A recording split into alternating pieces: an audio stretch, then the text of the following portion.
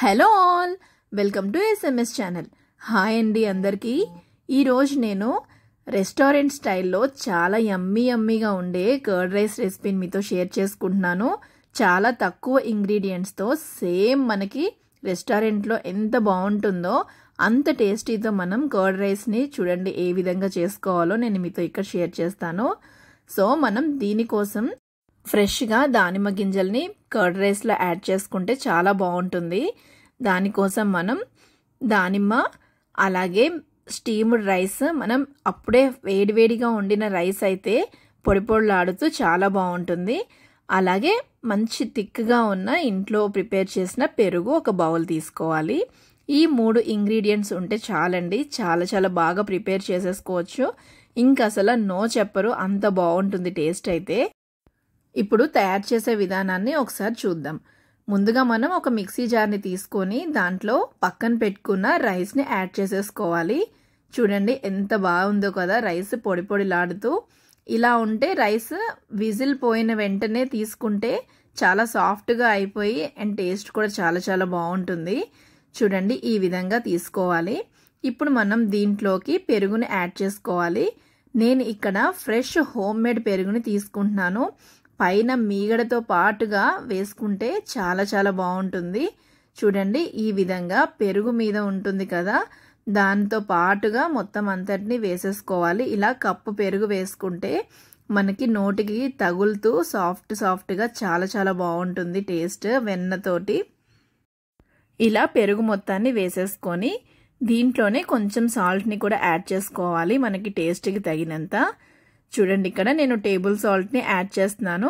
కొంచెం యాడ్ చేసేసుకొని ఇంకా వాటర్ ఏం యాడ్ చేయకుండా ఈ పెరుగుతోటే మనం గ్రైండ్ చేసుకోవాలి. చూడండి ఇక్కడ నేను చూపిస్తున్న విధంగా మరీ మీడియంగా కాకుండా కోర్స్గా కాకుండా ఈ విధంగా సాఫ్ట్గా రావాలి. సో మనకి లైట్గా నోటికి చిన్ని గింజల్లాగా అన్నం తగులుతూ పెరుగుతో తినే కొద్దీ తినాలి అనిపిస్తూ ఉంటుంది. ఈ విధంగా గ్రైండ్ చేసుకోవడం వల్ల టెక్స్చర్ జిగురుగా నోటికి చాలా బాగుంటుంది. ఇప్పుడు మనం ఈ గ్రైండ్ చేసుకున్న మిశ్రమాన్ని అంతటిని ఒక బౌల్లోకి షిఫ్ట్ చేసుకోవాలి. చూడండి ఈ విధంగా మొత్తం అంతా యాడ్ చేసేసుకొని దీంట్లోనే ఇంకొక బౌల్ పెరుగుని కూడా యాడ్ చేసుకోవాలి. మనకి పెరుగు ఎంత ఎక్కువ యాడ్ చేసుకుంటే అంత స్టిక్కీగా జిగురుగా తగులుతూ అండ్ టేస్ట్ కూడా నోటికి సేమ్ మనం రెస్టారెంట్లో ఏ విధంగా ఉంటుందో ఆ విధంగా తినే కొద్దీ మనకి తినాలి అనిపిస్తూ ఉంటుంది. చూడండి ఈ విధంగా స్పూన్తో చక్కగా కలుపుకోవాలి. అవసరమైతే దీంట్లో వాటర్ని కూడా యాడ్ చేసుకోవచ్చు. ఇప్పుడు మనం దీంట్లో దానిమ్మ గింజల్ని వేసుకోవాలి. దానిమ్మ గింజలు మనకి తినే కొద్దీ పంట కింద తగులుతూ బాగుంటుంది కాబట్టి కావాలి అనుకునే వాళ్ళు ఎక్కువ యాడ్ చేసుకోండి. అంత ఇష్టం లేకపోతే కొంచెం తగ్గించుకోండి. ఈ విధంగా స్పూన్తో మొత్తం అంతటిని బాగా కలుపుకోవాలి. చూడండి ఎంత బాగా మిక్స్ అవుతున్నాయో. ఇలా మొత్తం అంతా కలుపుకున్న తర్వాత ఇప్పుడు మనం దీంట్లో పోపు వేసుకోవాలి. నేనైతే ఇక్కడ పోపుకి మరీ ఎక్కువగా ఏమి వేయకుండా చాలా లైట్గా ఆవాలు కరివేపాకుని మాత్రమే వేస్తున్నాను, ఇంకేం వేయట్లేదండి. చూడండి ఇలా లైట్గా పోపు వేసుకుంటే మనకి అక్కడక్కడ పోపు తగులుతూ అండ్ అలాగే దానిమ్మ గింజలతో చాలా టేస్టీగా ఉంటుంది.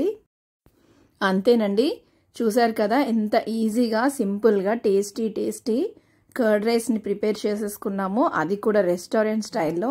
సేమ్ ఈ విధంగానే ఇంట్లో కూడా ట్రై చేసుకోండి, చాలా బాగుంటుంది.